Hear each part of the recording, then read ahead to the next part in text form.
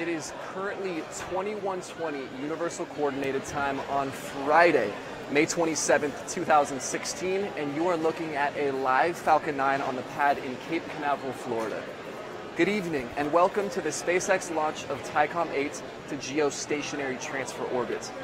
My name is Brian, and I'm excited to be all the way back from the launch sites here at company headquarters in Hawthorne, California. Now, I'm currently just standing outside of Mission Control Center, where inside the glass beyond the viewing employees, operators are gearing up to enter the countdown. Now, today's launch will be occurring in about 20 minutes at 1740 Eastern Time, or about 2:40 p.m. here on the local Pacific coast. Today, we will be placing Thaicom 8, a communication satellite, into orbit such that it delivers coverage to parts of Thailand, India, and Africa. We'll talk more about the specific mission later, as well as provide some status updates on the vehicles and attempt to give you another live viewing of the landing. With an exciting program ahead of us, let's get started. This is Tom Poderio. I'm a firmware engineer in the avionics department here at SpaceX. Now, it's looking like a beautiful day to launch a rocket at Cape Canaveral Air Force Base on the space coast of Florida. Now, Cape Canaveral Air Force Base actually has many launch pads, some for NASA, some for the Air Force, and some for other private launch contractors. But Space Launch Complex 40, which is what you see right here on your screen, is operated exclusively by SpaceX for the Falcon 9 rocket. We actually like to launch from Cape Canaveral because it's just about as low latitude as you can get in the contiguous United States, which allows us to utilize the full momentum of the Earth's rotation as we launch east out over the ocean. Now let's get a little familiar with the pad and what you're seeing on your screen. The big structure right in the middle is the Falcon 9 rocket. And we actually assemble the Falcon 9 rocket in a hangar that's just off the screen. We assemble it horizontally in what's called the transporter erector. That's that support structure that's currently standing right next to the rocket. So we assemble it horizontally on the transporter erector and then roll it out on big rails right to the launch pad and erect it vertically. And then just before liftoff, the transporter erector actually leans back just a little bit to allow the rocket to clear the tower. Now, there are 4 more towers here. They are these lightning towers around the pad. These are essentially just big lightning rods so that when lightning strikes, and it happens very often in Florida, it doesn't damage the rocket or any other sensitive pad electronics. Now, the Falcon 9 is actually just a stack of tanks, really. It's made up of 3 different sections. The first stage takes up the bottom 60% of the rocket. Then on top of that is the second stage. And then finally, the payload fairing right at the very top. Inside those tanks are super cold liquid oxygen and compressed kerosene, or RP1 fuel. These really, really cold fluids are separated from the hot, humid Florida air by only a small, thin aluminum skin, which is why you can see some of that condensation smoke boiling off. That's totally normal, just LOX boil off and condensation. It'll continue to happen right to the end of the launch. So just as soon as, so we'll be launching in just a few minutes here. Hi, I'm Lauren Lyons, and I'm a mission integration engineer here at SpaceX. Today we're launching Thaicom 8, which is a 3,000 kilogram Thai communication satellite, and we're taking it to geostationary transfer orbit. Once the satellite reaches its final orbit, geostationary orbit, it will provide Southeast Asia, South Asia, and East Africa with broadcast and data services. This is actually SpaceX's second time launching a Thaicom satellite. The first was Thaicom 6 back in 2015. Today we're going to be continuing our experimental efforts to land the first stage of the Falcon 9 on our autonomous spaceport drone ship. In this case, of course, I Still Love You, off the coast of Florida. Like our last flight, which was JCSat-14 just a few weeks ago, this is also a geostationary transfer orbit mission, where the first stage is expected to see extreme velocities and re-entry heating on its way back to Earth, making this another challenging landing. But while sticking this landing is not entirely likely, as you saw with that last flight, it's also not impossible. That marked our 3rd successful landing and our first landing of a rocket that delivered a payload to geostationary transfer orbit, which means the stage was traveling much faster and it had far fewer remaining propellant in the tanks than the previous 2 low Earth orbit landings before it. After hitting the atmosphere at 6,300 kilometers per hour and experiencing 5 times the aerodynamic heating of the CRS-8 landing before it, the Merlin engines relit at only 850 meters above the Earth, touching down at 4 kilometers per hour at a mere 2 meters from the bull's eye at the center of the drone ship.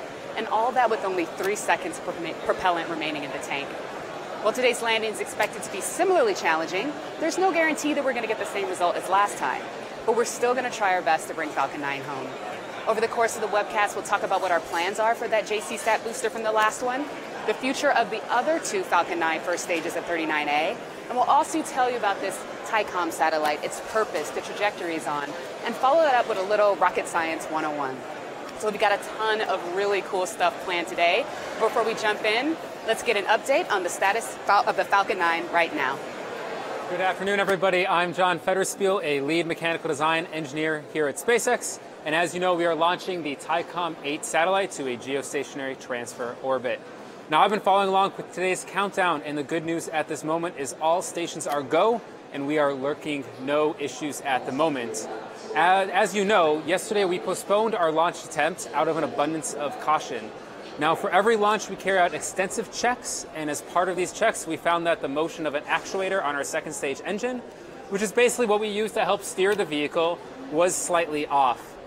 This actuator is responsible for directly gimbaling the engine in flight, which allows us to adjust the vehicle's pitch and yaw through ascent.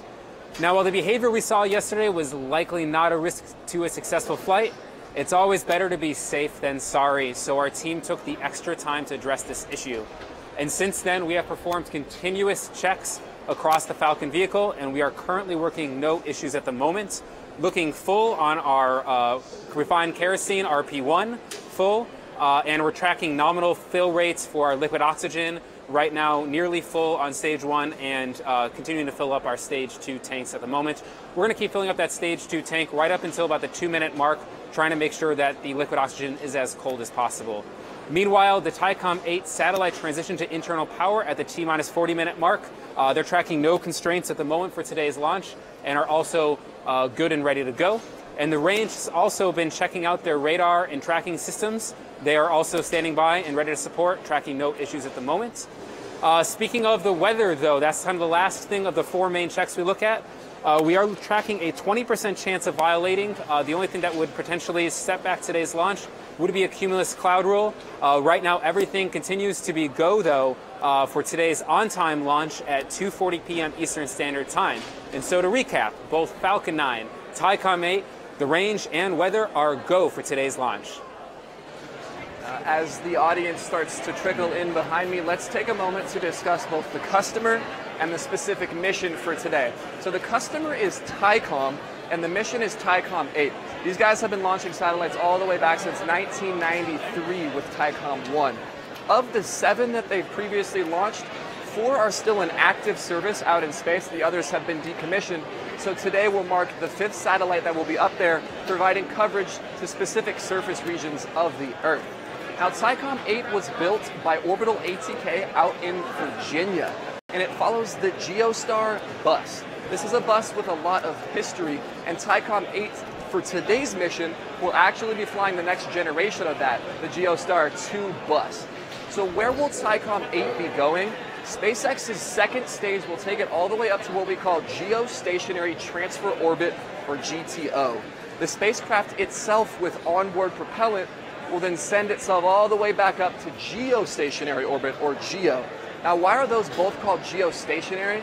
It's because the angular velocity of the satellite in its orbit is the same as the rotation rate of the Earth. So although both bodies are in motion, they're in motion together, and so you stay above the same continents on Earth. This is really important for communication satellites that want to focus their radios on a specific region. Now, in terms of technical specifications of today's Thaicom 8 satellite, size-wise, it's about 3,000 kilograms. For a mass reference on the ground, that's the size of a rhinoceros. So it's a pretty big satellite. The satellite is going to be up there for 15 years in a nominal mission duration. That's quite a long time. So in order to stay up there, it has 2 solar wings that it extends out with 4 panels on each side so that it can remain power positive through the course of years and years and years.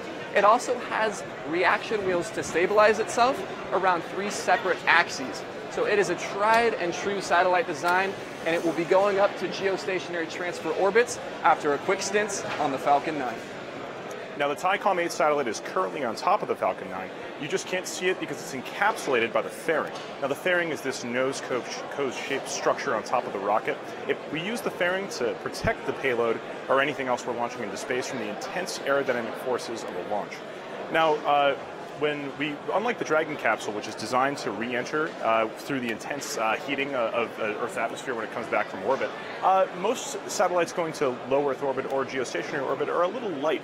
They're kind of not built to withstand those really high, intense air forces. So what we do is we encapsulate inside the fairing. You've actually felt these air forces if you've ever held your hand outside of a car window at highway speed. You can kind of feel the wind pushing your hand around. Well, that's just at highway speeds. You can imagine that the forces would be a whole other order of magnitude once you got up to twice the speed of a bullet, which is exactly the speed that the Falcon 9 attains on ascent.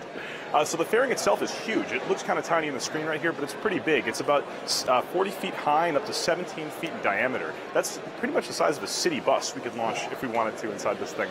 It's made of two halves that clamp together with pneumatic pushers, and it's made of a blend of honeycombed aluminum and carbon fiber. So it's actually as low weight as possible, but as high strength as we can get it, which is super important when you're launching this up to space. So once the first and second stage do their job and bring the payload out of the atmosphere where those intense aerodynamic forces matter, we pop the fairing off using those pneumatic pushers. You can actually see that this is a video from one of our previous launches. You can see those two objects falling away from the second stage. Those are the two halves of the fairing that we're deploying once we're done using them. And you'll actually be able to see this later on when we launch the Thaicom 8 satellite once we get up on top of the atmosphere. So now, once we've popped them off, they typically re-entered the atmosphere, but wouldn't it be really cool if we could reuse them?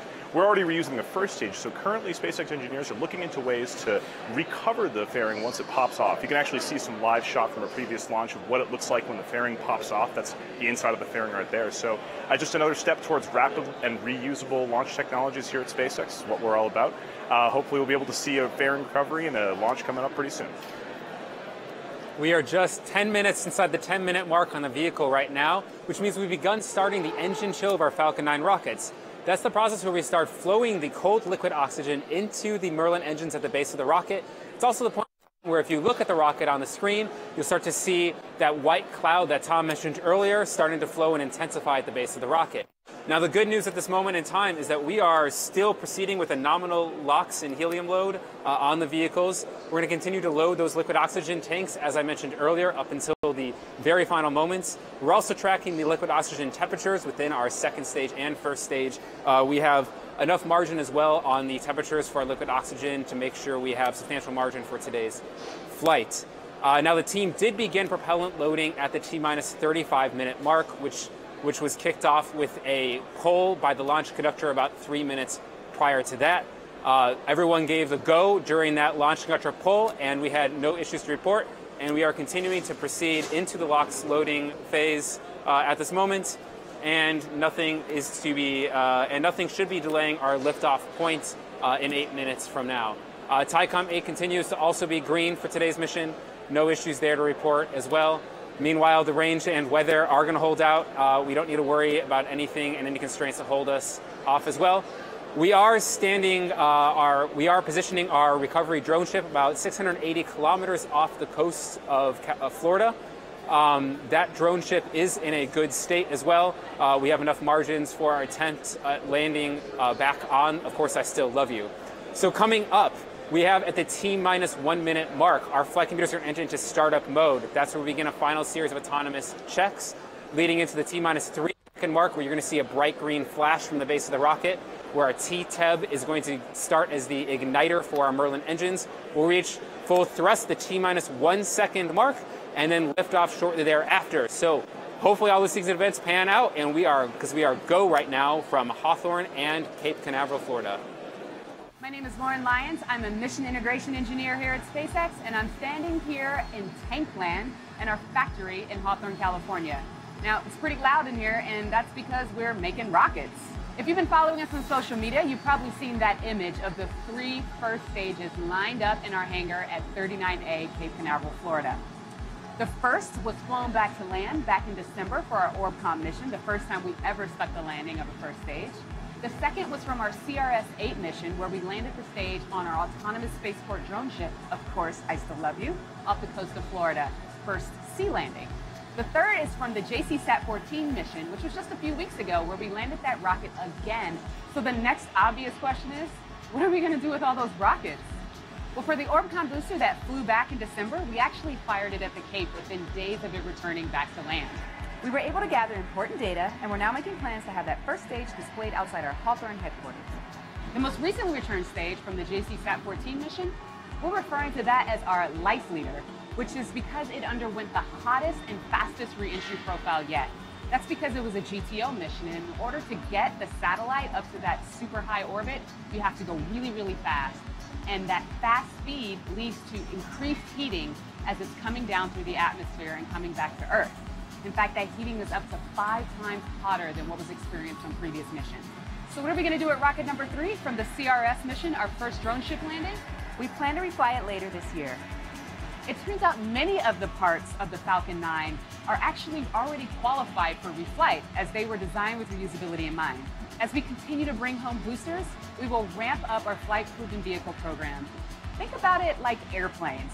Imagine we threw away the airplane after every single flight. Air travel would be so expensive that no one would really be able to fly.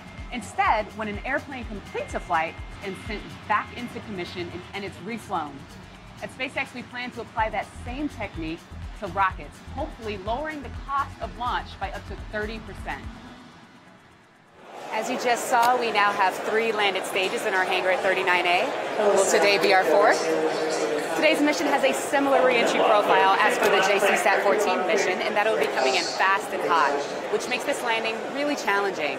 The launch speeds that the Falcon 9 needs to reach GTO, which is where we're taking Thaicom 8 today, are upwards of 8,000 kilometers per hour, which means that the resistance that the rocket will encounter when coming back into the atmosphere will heat it up pretty good. But that resistance isn't enough to stop the vehicle's descent, so we'll have to use that tiny amount of propellant we have left in the tank to relight the Merlin engines and to slow us down from 5,800 kilometers per hour down to 0 as we gently place the Falcon 9 upright on the deck of the drone ship. But again, while we did stick that last GTO landing, of course, there is no guarantee that we'll have a repeat performance today, but we're still going to try. So the drone ship, of course, I Still Love You, is positioned 400 miles off the coast of Florida, ready and waiting to bring Falcon 9 home today. So enough about the rocket's return journey for now. We still got to launch it, right? So let's pause here and listen on to terminal count.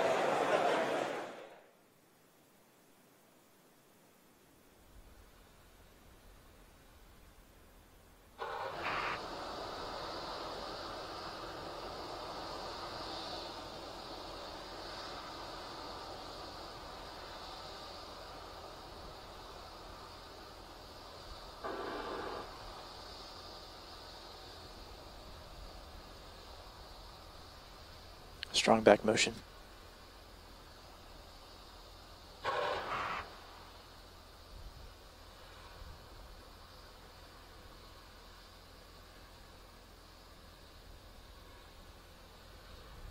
FTS is on internal power.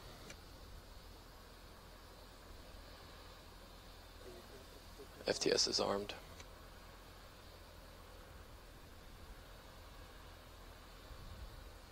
T-minus 3 minutes.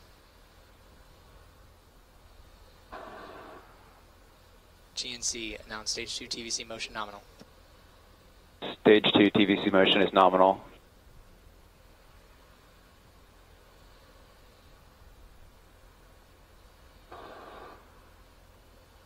Stage 1 locks secured for flight.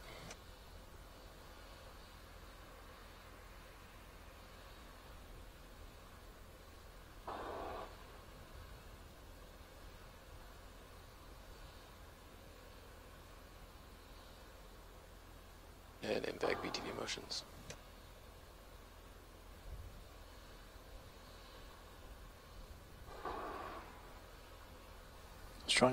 Strong back retracted and locked out.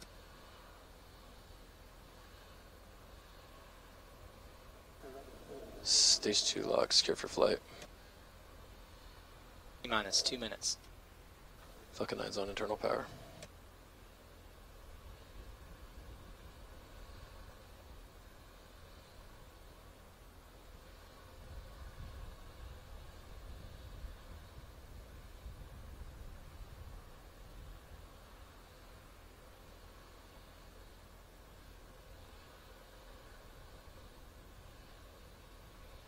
Vehicles in self-align.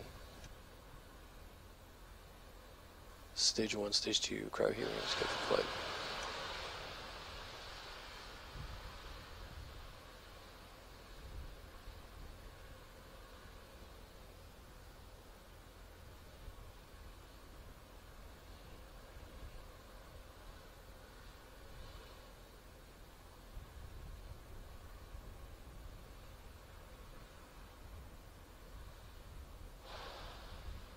TVC verify Falcon 9 is in startup.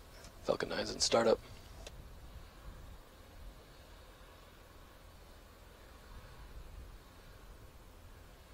Stage 2, rest up for flight.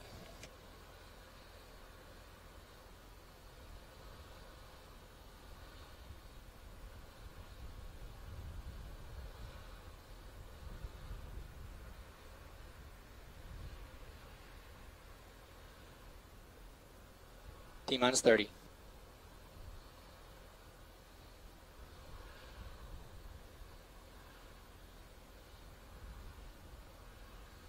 T-minus 20. Falcon 9, secure to flight pressures.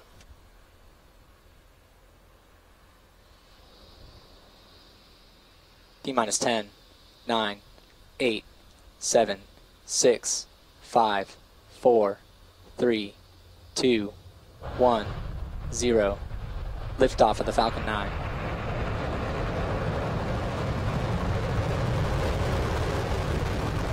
Falcon 9 has cleared the towers.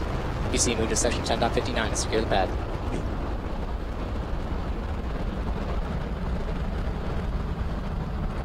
Stage 1 propulsion is nominal.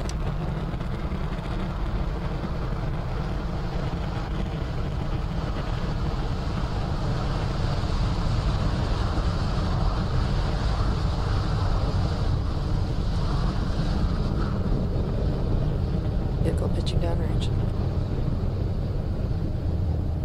Falcon 9 power and telemetry nominal.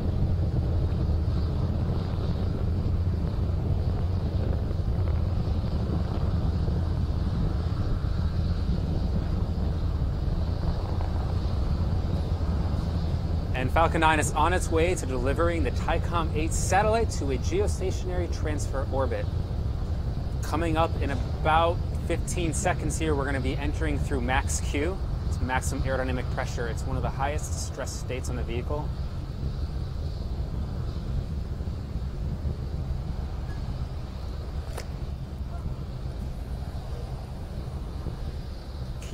That vehicle is over 200 feet tall. We just passed through max Q. Stage 1 propulsion is still nominal. Entire rocket plus satellite is over 1.2 million pounds. All 9 of those engines capable of putting out 1.71 million pounds of thrust.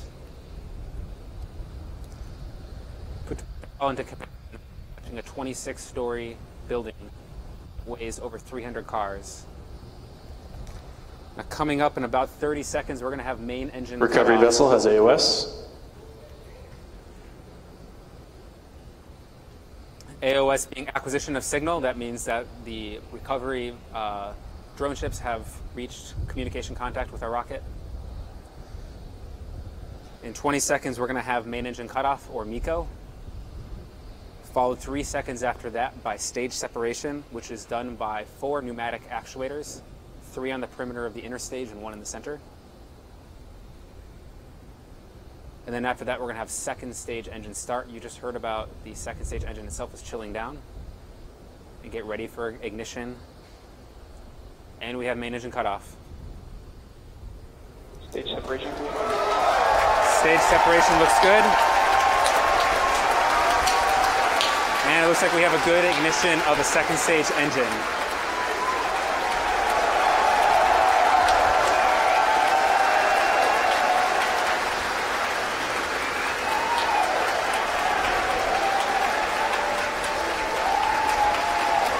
Stage 1 is under its flip.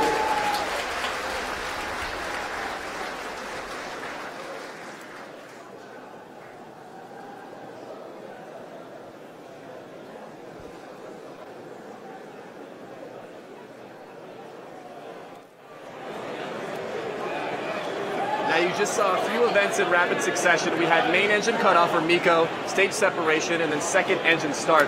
These exciting homeworks transition the responsibility from the first stage to the second stage of Falcon 9. As you just said, as you just saw on your screen, the first stage completed all of its fuel without time, and so we didn't need that extra mass and tank it, so we separate the 2 stages, let it fall away, and then the second stage takes over and blasts the payload the rest of the way to orbit. Separation is coming up. Does it just happen? I think just happened. Just happened. Oh, that's great. Now, the thing about fairing separation is, while upon ascent, you need to protect the spacecraft from aerodynamic heating and from dynamic pressures. But once you're up in the vacuum of space, you actually don't need it anymore. And it's also extra mass. So we deploy the fairing and dump it, essentially. Exactly, and once we get rid of the fairing, then again, the second stage is the one in charge. First stage got us up outside of the atmosphere and a little bit sideways. Second stage is going to burn much longer, for about 6 minutes or so now, to give us that massive sideways speed boost. And remember, going to orbit is really not so much about going straight up, it's about going sideways as fast as possible. We need to get that payload to as much delta V as possible, as much speed in this horizontal direction, so it can get into orbit around the Earth. That's what orbit's all about. And as Brian said earlier today, at geostationary orbit, the speed of the satellite is actually, or the angular velocity of the satellite is actually the same as the rotation of the Earth, so that the satellite is always positioned at the same point in the sky as it orbits the planet. Yeah, and that's fantastic for communication satellites. You want to be over the same regions that you'll be covering, and so a geostationary orbit and a geostationary transfer orbit that we're going to use to get there is perfect for a communication satellite. And so we're not out of the woods yet. There's still a few more stages that we need to go through. The second stage is going to burn for about 6 minutes, which we're currently doing right now. Then there's going to be a coast period, and then a second relight after we come back. So we're a lot of great stuff coming up for you. So why don't we just take it back up and get another status update? So as you can see right now, so far the mission is proceeding nominally, as we like to say around here at SpaceX. That second stage is looking good. Stage 2 propulsion. We have good propulsion. Engine temperatures are looking good over here. TVC motion as well is as predicted, and power numbers are also looking as we'd expect on the second stage, as it's trying to achieve a parking orbit of about 160 kilometers by 485 kilometers away from the surface of the Earth. That second stage will then coast for about 20 minutes before we're going to do a second ignition to put it into its final geostationary transfer orbit before we deploy the Thaicom 8 satellite. Now coming up, the first stage itself, in about 20 seconds here, is going to be igniting for its entry burn. That's going to start to slow the vehicle down before we hit the atmosphere. It reached its apogee about 2 minutes ago, over 100 kilometers. You're actually seeing there that view of the second stage falling back to the Earth. Those white puffs are our attitude control systems powering off some cold nitrogen gas, as well as those grid fins are angled outwards to guide you in. And you just heard the entry burn has started. This entry burn will last for about 20 seconds. We're going to be guiding it through the entire way back to, of course, I Still Love You, the drone ship. It should shut off in about 10 seconds or so. Everything here is looking good. Nominal temperatures and engine pressures as well. Stage 1, entry burn shutdown. And now we will be keeping that vehicle aligned as we head ourselves back to the drone ship, leading up to a landing burn in about a minute and a half from now, with the goal of touching down at 8:34. Now, this is normal to see the cloudiness in the lens. They're coming back to the atmosphere. Those cameras themselves will be obfuscated and then cleared as we come through the atmosphere. So we'll be showing you as many views as we can. But the good news right now here in Hawthorne, and certainly in space right now, is both first stage and second stage are continuing to proceed nominally on track. So let's check back in with the trio while I keep my eye on the data up here. So as you just heard from JFED, the re-entry burn of the first stage is complete. That's when the first stage slows itself down just as it hits the top of the atmosphere, so it doesn't damage its engines with the intense heat of re-entry. Exactly, and once the re-entry burn is complete, we then deploy those Stage 1 is transonic. and use the attitude control thrusters, the little white sluts that you saw on the side of the vehicle, to effectively fly back to our final destination of the drone ship. And as we begin to descend upon the surface of the drone ship, what will happen is those landing legs that are folded up onto the side of the rocket will deploy, and that protects the 9 Merlin engines that are on the bottom of the Falcon 9 as the Falcon 9 lands onto the drone ship. Now we don't see the press on the drone ship. You can see it on your screen right there. It is possible we might cut out for a second. The vibration of the engines can sometimes shake the satellite link a little bit, but we hope to give you full video through. You'll be able to see the landing burn of the first stage just on the top of your screen. Stage 1 landing burn started. Exactly. You can see it on your screen there. What first stage actually does is it runs one engine, then 3, then 1 to slow it down to 12 mode. And that's what you're about to see enter frame here. And there it is. You're seeing what we're seeing. Falcon 9 has landed. Landing operator is moving to procedure 11 about 100 and recovery. Pick it up after this.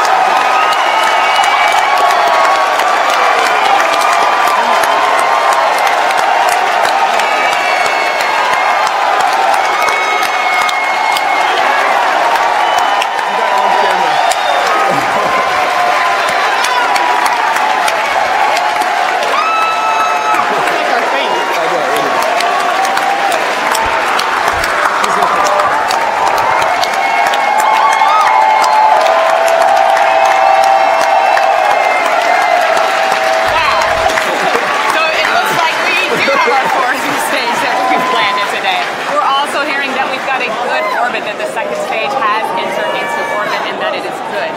So far we've landed the first stage on the drone ship successfully, and the primary mission, which is the second stage launch of the Thaicom 8 satellite, is currently going well as well. So that was an incredible shot right there. You saw the video cut out for about 2 seconds, and then suddenly the first stage was standing right there. That's incredible. Everyone here is obviously very excited. So we have the primary mission is going very well. We have a good orbit, like you were saying. There's a few more steps coming up here. We're about to go through a coast phase, and then we'll come back for a final burn. Exactly. So we're going to leave you with an animation here for the next 18 minutes. That animation will show you the position of second stage as it continues to deliver Thaicom 8 to orbit. So with a successful landing underneath us and this 18-minute coast phase ahead of us, we're going to take a break for a minute and we'll see you in 18.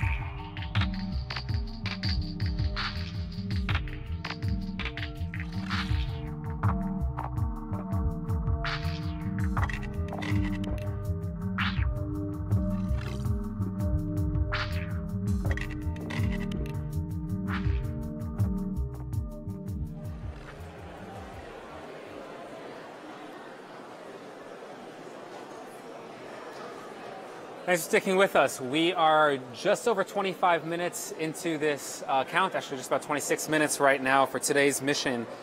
Second stage ignition will restart in about a minute from now.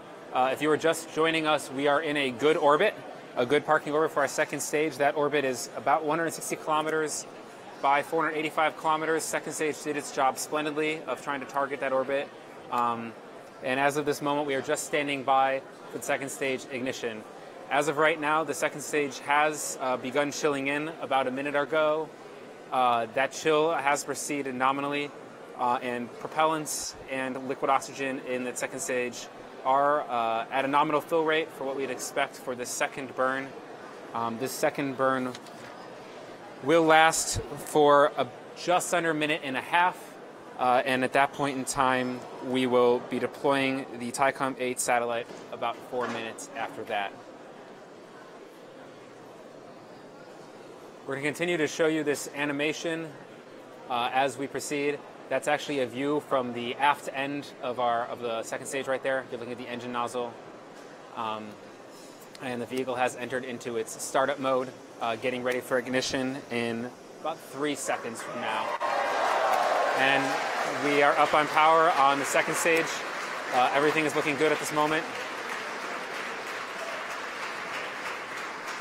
Our pressures are looking good. This burn will last for a minute, as I said. And we are now throttling the engine. The second stage engine is capable of throttling from about 80,000 pound force to 210,000 pound force. We do control that second stage trajectory, as I mentioned earlier, by gimbaling the engine. We are continuing to throttle, listening to the various nets as they're trying to target the final geostationary orbit for the Thaicom 8 satellite. We will be deploying the Thaicom 8 satellite at T plus 32 minutes. So this burn will shut off in about 20 seconds from now. And after that engine has shut off, we will... After that burn has shut off, we will allow the spacecraft to stabilize for a second, and then we will deploy the Thaicom 8 satellite. That Thaicom 8 satellite will perform its final maneuvering to get itself into the geostationary orbit. Everything still continues to look good, and we have shutdown of the second stage engine. And it looks like we are in a good orbit as we planned to target for today's Thaicom satellite. So now that we just confirmed successful shutdown of the second stage engine, we are now transitioning from the launch phase to the mission phase. And we actually have a few more steps to go here. The Thaicom 8 satellite is still attached to the top of the second stage by a clamp. And when we're ready to deploy the satellite, we'll release that clamp, and some small springs will gently push the Thaicom 8 satellite away from the second stage so it can do its own thing, send its solar rays, get healthy and everything. Exactly. And we wait a few seconds before we perform that health contact from the ground. Just got confirmation that we are in nominal orbit still. But we wait about 15 minutes to give a certain proximity distance between stage 2 and Thaicom 8 itself.